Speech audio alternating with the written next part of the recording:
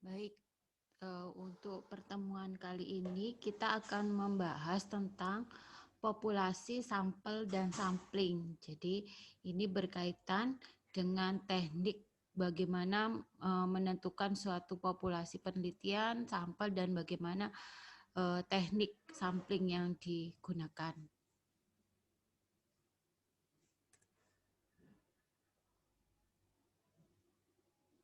Apa itu populasi? Jadi populasi berasal dari kata population yang berarti jumlah penduduk itu asal katanya. Jadi dalam penelitian populasi itu keseluruhan dari objek penelitian yang dapat berupa baik itu manusia ya, hewan, tumbuhan ya. Dalam hal ini karena kita di keperawatan biasanya menjadi sasarannya adalah manusia ya. Sebenarnya dari apa saja yang menjadi objek-objek yang menjadi data untuk sumber penelitian itu yang disebut dengan populasi. Nah, ada beberapa jenis populasi. Jadi ada yang disebut dengan populasi terbatas, di mana sumber data pada populasi terbatas ini jelas batasannya secara kuantitatif dan dapat dihitung jumlahnya. Populasi ya, kita bicara populasi. Contoh, jumlah penduduk pria di Indonesia atau semua wanita usia 15 sampai 49 tahun. Atau misalnya jumlah balita di suatu RW itu jelas populasi. Jadi kira-kira akan jelas batas datanya secara kuantitatif. Nah, untuk yang berikutnya itu populasi tidak terbatas atau tak terhingga. Jadi untuk populasi yang tak terhingga, sumber datanya tidak dapat ditentukan batasan-batasan yang jelas, sehingga biasanya relatif tidak dapat dinyatakan dalam bentuk jumlah. Ya, misalnya nih, jumlah eritrosit dalam tubuh manusia atau jumlah orang yang positif HIV di Indonesia. Nah, kita nggak tahu nih jumlah yang pasti, makanya dibilang tidak terbatas gitu ya. Kemudian ini yang penting, ini yang sering kali dituliskan di bagian bab 3 metode penelitian itu yang kedua ini, populasi target dan populasi terjangkau. Apa bedanya? Jadi populasi target itu yang menjadi target ya, target penelitian. Jadi sekelompok atau subjek atau data dengan karakter klinis dan demografi. Contoh, seluruh balita di Kelurahan Pakis. Nah, itu ada karakteristik klinis ya balita yang dimaksud dan ada jangkauan demografi yaitu Kelurahan Pakis. Nah, populasi terjangkau ini bagian dari populasi target yang dibatasi oleh tempat dan waktu. Contoh, seluruh balita di RW 6 Kelurahan Pakis yang memenuhi kriteria inklusi, misalnya anak usia balitanya usia 1 sampai 3 tahun. Jadi udah jelas. Ya, contoh lain lagi, misalnya populasi target seluruh mahasiswa stikes. Ya, Saint Vincentius A. Paulus Surabaya. Populasi terjangkau misalnya ya. Mahasiswa wanita di Stikes Katolik Santo Vincentius A. Paulus Surabaya semester 8 misalnya gitu. Jadi populasi target itu lebih luas dan populasi terjangkau itu dibatasi oleh tempat dan waktu ya. Jadi lebih yang menjadi jangkauan kalau populasi terjangkau.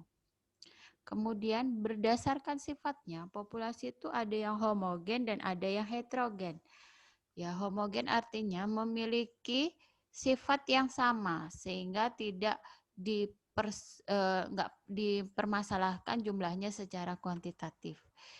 Misalnya tidak ada perbedaan hasil tes dari jumlah populasi yang berbeda. Gitu homogen ya. Contoh air ya diambil dimanapun ya sama ininya. Kemudian kalau heterogen sumber data yang unsurnya memiliki sifat atau keadaan yang bervariasi sehingga perlu ditetapkan batas-batasnya baik kualitatif maupun kuantitatif.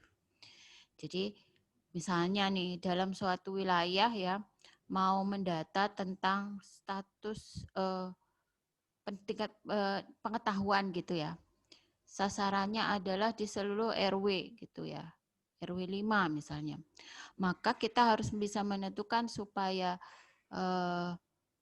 uji ya nanti data kita itu homogen, apakah populasi itu homogen, maka harus misalnya pengetahuan itu kan salah satunya ditentukan oleh sosial ekonomi gitu ya. Teori bilang seperti itu. Maka apakah di RW 5 itu dari sisi sosial ekonomi termasuk yang homogen gitu ya.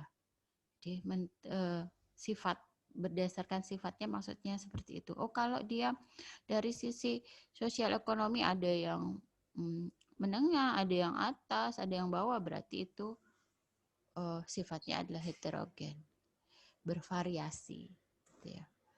Nah, bagaimana hubungan populasi dan sampel?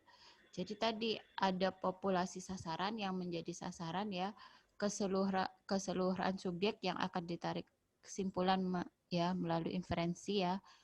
Kita melalui pengambilan data, kemudian populasi sumber dan populasi studi. Jadi yang menjadi populasi studi itu adalah sampel. Ya, sampel. Sebagian atau wakil populasi yang diteliti atau diamati. Nah, ini sangat menentukan jumlahnya. Nanti untuk perhitungan besar sampel ada sendiri ya caranya menentukan. Tetapi sampel ini sebagai dasar bagian dari populasi ya yang diambil sebagai sumber data untuk dapat mewakili seluruh populasi sehingga nanti bisa ditarik kesimpulan yang valid gitu ya. Itu sampel. Nah, karena tadi dari populasi yang sudah kita tentukan ya, misalnya satu RW, kemudian tidak memungkinkan mengambil semua anggota RW tersebut menjadi sampel penelitian ya untuk bisa diambil datanya sehingga menghasilkan hasil yang valid, maka karena terbatasnya sumber daya baik dana dan waktu ya, kalau misalnya banyak gitu akan menghabiskan cukup banyak dana dan juga waktu, kemudian menghindari pemborosan misalnya, kalaupun itu ternyata kita ambil ibarat soto ya, soto di dalam kuali kita ambil satu mangkok itu rasanya sama ya, buat apa? Ya, gitu, mengambil seluruh populasi tadi. Kalau bisa representatif, bisa mewakili rasa yang mangkok tadi, soto di dalam mangkok itu bisa mewakili rasa soto di dalam kuali. Ya, sehingga menghindari pemborosan. Kemudian kualitas data lebih baik karena pengukurannya lebih teliti karena itu tadi jumlahnya sudah ditentukan, yaitu dengan sampling ya. Nah, apa itu sampling? Sampling adalah proses menyeleksi porsi dari populasi untuk dapat mewakili populasi.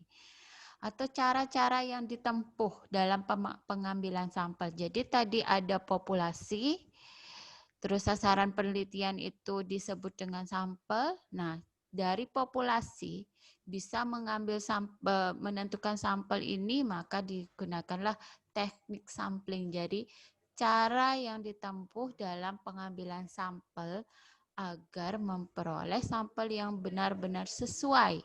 Tadi bisa mewakili rasanya sama. Ya, soto di dalam kuali dengan soto di dalam mangkok tadi. Kemudian beberapa hal yang perlu dipertimbangkan dalam pemilihan teknik sampling ya. Derajat keseragaman. Semakin homogen populasi, semakin besar kemungkinan penggunaan sampel jumlah kecil. Jadi tadi kita sudah bicara homogen dan heterogen tadi. Kalau sifatnya sama, ya karakteristiknya sama, maka homogen.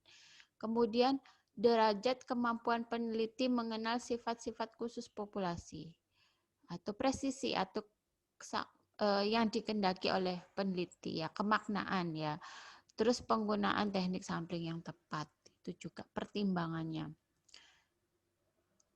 Kemudian teknik sampling tadi ya, cara mengambil sampling yang representatif dari populasi. Jadi ada dua jenis teknik sampling ya. Ada probability sampling dan non-probability sampling.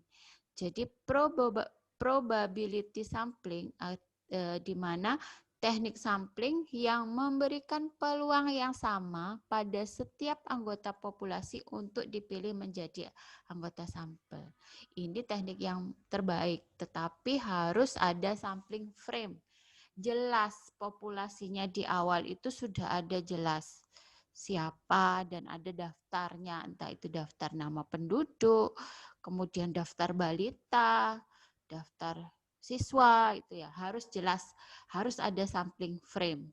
Kemudian kalau non probability sampling, teknik ini tidak memberikan kesempatan pada setiap anggota populasi untuk jadi anggota sampel. Jadi tidak memberikan kesempatan yang sama. Jadi ingat ya, probability sampling dan non probability sampling. Kalau yang memberikan peluang yang sama pada setiap anggota untuk dipilih menjadi sampel itu namanya probability sampling. Nah, kita lihat sini ya. Non probability sampling dan probability sampling. Nanti kita bahas dulu yang probability sampling.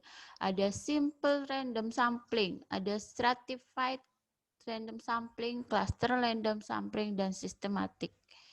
Kemudian untuk yang non-probability sampling ada judgment, kuota, convenience, snowball, purposive. Dan ada juga yang disebut dengan total sampling ya. Kita bahas sedikit. Nah ini paling sering digunakan. Simple random sampling. Bagaimana caranya? Contohnya gini. Seorang peneliti mau melakukan penelitian tentang pengetahuan remaja tentang seksualitas. Ya, seksualitas.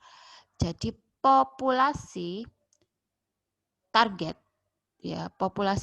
yang dipilih adalah seluruh siswa remaja seluruh siswa di SMA X gitu ya, SMA X. Kemudian populasi terjangkau adalah remaja di SMA X kelas 12, contohnya gitu ya. Jadi kelas 12 yang dipilih. Data udah, kalau sudah maka kelas 12 ternyata ada 2 kelas nih, jumlahnya 80. Contoh ya. Jumlah 80. Nah, dari jumlah 80 ini berdasarkan perhitungan besar sampel ini nanti ada materi sendiri ya. Didapat 50 contohnya ya. Nah, bagaimana cara mengambil ya sampel dari 80 populasi yang tersedia diambil sebanyak 50. Itu ya. Cara yang dipilih adalah simple random sampling. Jadi caranya bagaimana? Sudah ada sampling frame. Oh, presensi atau daftar absen. Kelas remaja nomor 1 sampai 80. Misalnya kelas A 1 sampai 40, kelas B kita lanjutkan 41 sampai 80. 1 sampai 40, 41 sampai 80. 2 kelas dijadikan 1. Jadi punya sampling frame. Kemudian kalau itu cara simple random sampling dengan cara memberikan nomor-nomor pada seluruh anggota populasi ada 80 tadi. Lalu secara acak dipilih nomor yang sesuai dengan banyaknya jumlah sampel yang dibutuhkan. Jadi 80 diambil secara acak, diambil sebanyak 50. Nah, ada 2 pilihan ya. Teori mengatakan pengambilan sampel tanpa pengembalian. Jadi diacak diundi kayak undian arisan itu ya. Nah, nomor berapa? Misalnya nomor 5 dilingkari daftar nomor 5 sampai dengan 50 yang diperoleh sesuai dengan besar sampel. Kemudian ada cara yang kedua, setelah dipilih dikembalikan lagi. Cuma nanti kalau dia terambil lagi ya diganti lagi gitu ya teorinya. Nah, yang sering digunakan sih yang pertama, setelah diambil tidak dikembalikan lagi. Nah, ini yang dikatakan yang probability sampling. Semua nama siswa yang ada di gulungan kertas ya, undian itu mendapatkan kesempatan yang sama untuk diambil atau dijadikan sebagai sampel penelitian. Kemudian ada ada juga cara berikutnya dengan tabel bilangan random. Nah, tabel bilangan random ini bisa download ya. Download ya. Ada. Jadi pakai kata kunci tabel bilangan random itu bisa. Nah, ini pemakaiannya dengan memberi nomor pada setiap anggota populasi sesuai daftar. Selanjutnya di digitnya diambil. Misalnya tadi 82 digit. Ya, kita geser ke kanan, diikuti. Nomor berapa? Sesuai dengan tabel tersebut nomor berapa yang diambil. Gitu ya. Nih. Ini untuk yang tabel bilangan random. Ya, jadi buat kerangka populasi, kemudian misalnya kita pilih baris kedua tiga, diikuti ada lajurnya, nemu nomor berapa, 23, kemudian 084, begitu seterusnya. Sudah ada di tabelnya. Kemudian, nah tadi simple random sampling, yang selanjutnya adalah stratified random sampling. Jadi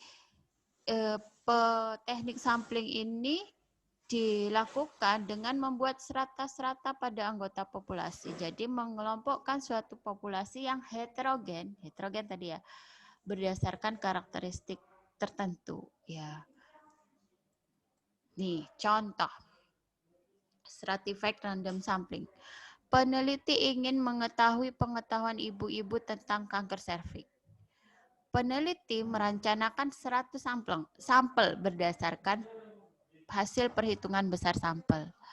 Kemudian peneliti mengelompokkan masing-masing 25 itu subjek tidak tamat SD, kemudian 25 tamat SD, 25 tamat SMP, dan 25 tamat SMA. Maka dipilihnya berdasarkan strata-strata itu diambil masing-masing. Itu namanya stratified random sampling. Jadi sama halnya kalau kita mau melakukan penelitian pada anak SD gitu ya, yang dipilih kelas 4, 5, 6, maka kita tentukan berapa yang diambil di anak kelas 4, berapa diambil pada anak kelas 5, dan berapa anak yang diambil di kelas 6, supaya masing-masing ya, masing-masing itu mewakili. Maka namanya stratified random sampling. Jadi berdasarkan mengambil sampel berdasarkan pada strata masing-masing. Kemudian yang berikutnya adalah cluster. Kalau ini dengan cara melakukan seleksi terlebih dahulu terhadap setiap individu yang menjadi bagian dari populasi ya. Kemudian membagi populasi itu ke dalam kelompok-kelompok yang beberapa anggotanya dipilih sampel. Contoh, peneliti ingin mengetahui status gizi buruk pada balita. Kemudian diperlukan jumlah sampel penelitian yaitu 100 balita. Terdiri dari 10 RW yang letaknya berjauhan. Asumsinya karakteristik subjeknya homogen. Jadi 10 RW ini karakteristik subjeknya homogen. Jadi nggak ada yang, karena ini berkaitan dengan gizi ya, nggak ada yang kaya banget atau misalnya di RW 1 gitu ya. Oh itu yang high class ya, perumahan ini misalnya gitu ya, blok perumahan yang ini. Kemudian RW 2 ini yang menengah ke bawah gitu ya. Itu udah nggak homogen, nggak pas untuk karakteristik yang diinginkan oleh peneliti ini dalam hal ini ya. Jadi diasumsikan bahwa homogen sama gitu ya, homogen dari RW 1 sampai 10. Kemudian tadi peneliti mau melakukan pengambilan teknik sampling dengan klaster. Klaster ya, ingat ya. Kalau klaster, maka yang dilakukan adalah dari 100 subjek balita, terdiri dari 10 RW yang letaknya berjauhan, maka yang diundi adalah RW-nya. Misal, RW 1 jumlahnya 20, RW 2 jumlahnya 30, RW 4 jumlahnya 15 penduduknya, misalnya jumlah balita. Maka yang diundi adalah RW-nya. Sampai dengan apa? Sampai dengan jumlah minimal 100 yang didapatkan. Misal nih, Oh, yang terambil RW 1 jumlahnya 20. Kemudian terambil lagi RW 5 jumlahnya itu 30. Oke, 50 kan ya. Kemudian terambil lagi RW 7. RW 7 jumlah balitanya agak banyak, 35 misalnya, 85. Kemudian terambil lagi RW 10. RW 10 itu jumlah balitanya ternyata 20. Berarti kan 105. Berarti semua 105 ini semuanya diambil menjadi sampel penelitian. Jadi subjek balitanya semua diambil. Nggak boleh kurang. Misalnya, oh ternyata ya tadi RW 10 misalnya, RW 10 cuma 5 balitanya, maka kan baru 90, berarti kurang, nambah lagi. Sampai dengan minimal 100 subjek balita ini terpenuhi. Gitu. Ini perbedaannya ya, kalau stratified, stratifikasi ya mengakibatkan sub-sub populasi yang unsurnya homogen. Tadi kelas 11, kelas 12, kelas 10 gitu ya, diambil sendiri-sendiri. Kemudian yang klaster itu mengakibatkan subpopulasi yang unsurnya sama. RW 1, 2, 3, sampai 10 itu dianggap sama. Karena maka dari itu stratified itu yang diundi adalah RW-nya contohnya gitu ya. Misalnya dalam mau meneliti nih gambaran status gizi pada balita di Surabaya. Maka Surabaya ini bayangkan kalau mau meneliti yang sedemikian rupa ya, maka akan karena jangkauannya luas, jumlah posyandunya banyak, maka nggak mungkin kan ya. Tadi ingat pemilihan di awal ya, ada beberapa hal yang menjadi pertimbangan. Sehingga klaster dipilih. Maka yang diundi adalah posyandunya yang diundi. Jumlahnya udah jelas gitu ya. Wilayah posyandu. Nah, yang berikut adalah sistematik. Sistematik random sampling, teknik memilih anggota sampel melalui peluang ya, di mana itu secara sistematis. Contoh, menggunakan kelipatan, ini yang sering digunakan.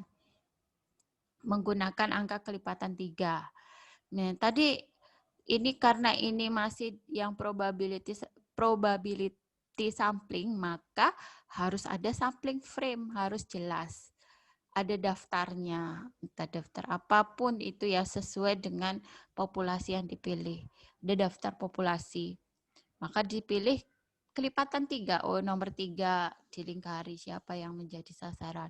6, begitu seterusnya. Atau juga membagi angka ukuran populasi dengan angka ukuran sampel. Jadi misalnya populasi jumlahnya 400. Nah, berdasarkan hasil perhitungan besar sampel yang dibutuhkan adalah 80. Maka bagaimana cara melakukan sistematik random sampling? Maka 400 dibagi 80 dapat 5 kan ya. Sehingga responden yang dipilih adalah dengan kelipatan nomor 5.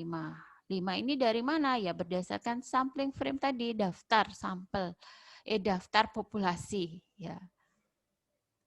Itu yang dicari. Nah, itu tadi yang probability sampling, di mana seluruh anggota populasi mendapat kesempatan yang sama untuk dipilih menjadi sampel. Nah, yang berikutnya ini non-probability sampling, di mana teknik ini di mana semua elemen dalam populasi itu belum tentu memiliki peluang yang sama untuk dipilih menjadi anggota sampel gitu ya. Nah, ini alasan kenapa ini sebenarnya yang utama tadi yang dipilih adalah probability sampling. Cuman mungkin karena beberapa alasan tertentu akhirnya tidak bisa dilakukan, maka harus memilih non-probability sampling. Jadi beberapa alasan ya yang membolehkan. Secara teori itu total populasi tidak diketahui dengan pasti. Ya nggak tahu jumlahnya pasti ya. Tadi pasien HIV gitu ya nggak tahu. Penggunaan probability tidak operasional di lapangan karena sampel cenderung bias gitu ya. Atau biaya dan waktu yang tersedia tidak memungkinkan untuk dilakukan probability sampling. Atau mungkin di awal penelitian suatu permasalahan, misalnya ini apa namanya survei pendahuluan gitu kan, nggak mungkin ini. Jadi tekniknya ini. Terus ada juga dibilang di teori kalau populasinya sendiri jumlah anggotanya kecil di bawah 100 itu boleh. Gitu ya. Ini cara yang non probability sampling, ada yang disebut judgment sampling. Nih, mengambil sampel dengan melakukan pertimbangan. Ya, judgment, keputusan peneliti. Ya, bila ingin mengetahui pendapat karyawan tentang suatu produk yang akan dibuat, peneliti telah beranggapan bahwa karyawan, ini peneliti ya, karyawan akan lebih banyak tahu daripada orang lain, sehingga peneliti dengan melakukan pertimbangan tersebut memilih, itu ya, yang menjadi sasarannya adalah para karyawan, misalnya gitu ya.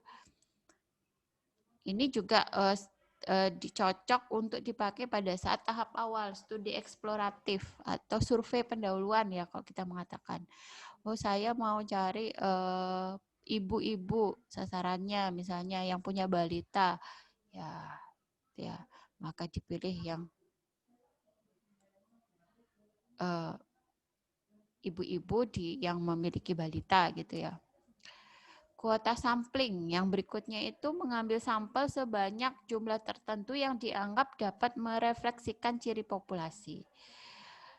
Nah, cara ini bisa digunakan apabila peneliti menghadapi keterbatasan dana. Jadi tujuan penelitian bukan untuk memperoleh gambaran mengenai populasi, melainkan untuk pengujian hipotesis dalam penelitian awal biasanya itu tadi ya.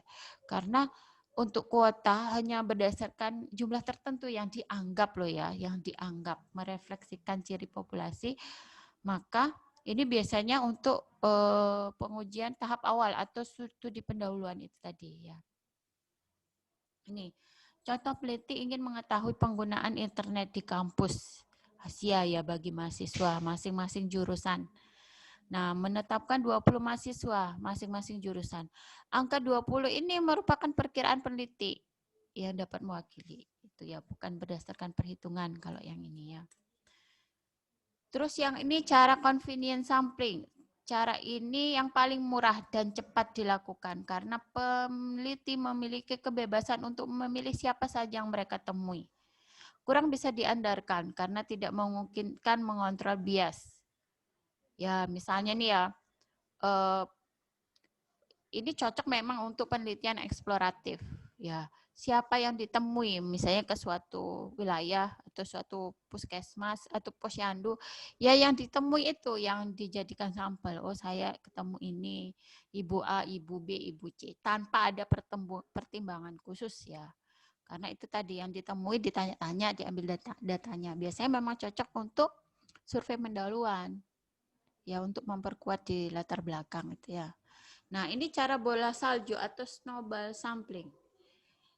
Teknik penentuan sampel yang mula-mula jumlahnya kecil, kemudian sampel ini kemudian responden satu diminta untuk memilih responden lainnya untuk dijadikan sampel berikutnya. Begitu seterusnya sampai dengan jumlah sampelnya banyak. Ini misalnya gini, oh mau melakukan penelitian bagaimana sih pengalaman penderita, bagaimana sih PSK gitu ya, pengalaman PSK dalam menjaga atau merawat kebersihan diri ya, khususnya ya kita bicara kebersihan diri dulu ya. Maka satu orang nih ketemu, kita satu orang sudah ketemu nih PSK. Nah, ini biasanya sering digunakan pada penelitian-penelitian yang kualitatif yang wawancara. Udah kita dapat data. Nah, kita butuh nih untuk informan berikutnya. Maka dari PSK 1 ini kita tanya, siapa kira-kira yang bisa memberikan informasi berikutnya. PSK 1 memberikan informasi, oh ini loh yang kedua gitu ya. Nanti kita tanya lagi, begitu lagi wawancara yang sampel yang kedua ini kita tanya lagi berikutnya, siapa ya kira-kira yang bisa memberikan informasi informasi lagi gitu. Tanya, akan menyampaikan informan ketiga. Nah, begitu seterusnya, itu yang disebut dengan snowball sampling. Nah, yang berikutnya ada disebut dengan purposive sampling, di mana memilih sampel berdasarkan kelompok, wilayah atau sekelompok individu melalui pertimbangan tertentu yang diyakini mewakili semua unit. Ini contohnya nih ya, mau meneliti bagaimana sih perawatan bayi misalnya ya pada suku Dayak gitu ya. Maka yang dipilih yang karena ada pertimbangan tertentu dari peneliti yang disegani atau yang paling tahu, yang paling lama ya paling tahu tentang suku Dayak ini, maka dipilih adalah ketua suku karena dianggap memiliki informasi yang banyak. Nah, itu contohnya purposive sampling. Selain ketua suku, mungkin yang dipilih adalah tokoh agama yang disegani sehingga tahu bagaimana proses. Contohnya seperti itu. Ini ya. Pengalaman keluarga merawat anak, kebutuhan khusus ya. Maka yang dipilih itu keluarga yang mempunyai anak dengan autis, contohnya gitu ya. Nah, yang berikutnya itu consecutive sampling. Cara pengambilan terbaik dalam non-probability sampling. Nah, ini yang terbaik.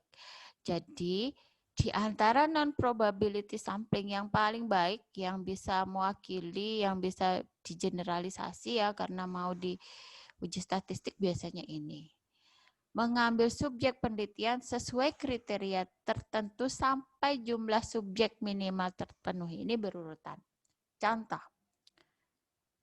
seorang peneliti mau melakukan penelitian bagaimana sih intervensi terapi bermain pada anak yang mengalami hospitalisasi ya terhadap kecemasan anak yang mengalami hospitalisasi. Berdasarkan besar sampel dilihat dari bagaimana menentukan populasinya rata-rata jumlah anak yang dirawat selama 3 bulan terakhir. Maka dihitung besar sampel jumlahnya misalnya 40 gitu ya. Maka peneliti menentukan yang menjadi sasarannya adalah anak usia itu tadi ya 1 sampai 5 tahun misalnya 1 sampai 5 tahun berdasarkan kedatangan atau berdasarkan urutan MRS sampai dengan jumlah yang ditentukan itu terpenuhi. Misal, anak nomor 1 datang nomor 1 itu responden nomor 1. Nomor 2, nomor 3, nomor 4, begitu seterusnya. Sampai dengan 45 itu terpenuhi. Jadi teknik konsekutif sampling itu seperti itu. Kemudian yang berikutnya, tata sampling atau sampling jenuh.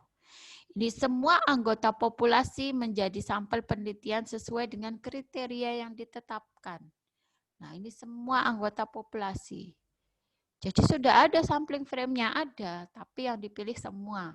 Misal, populasinya adalah Posyandu Melati. Semua anak balita di Posyandu Melati. Jumlahnya berapa? 31. Ya, maka yang dipilih adalah semua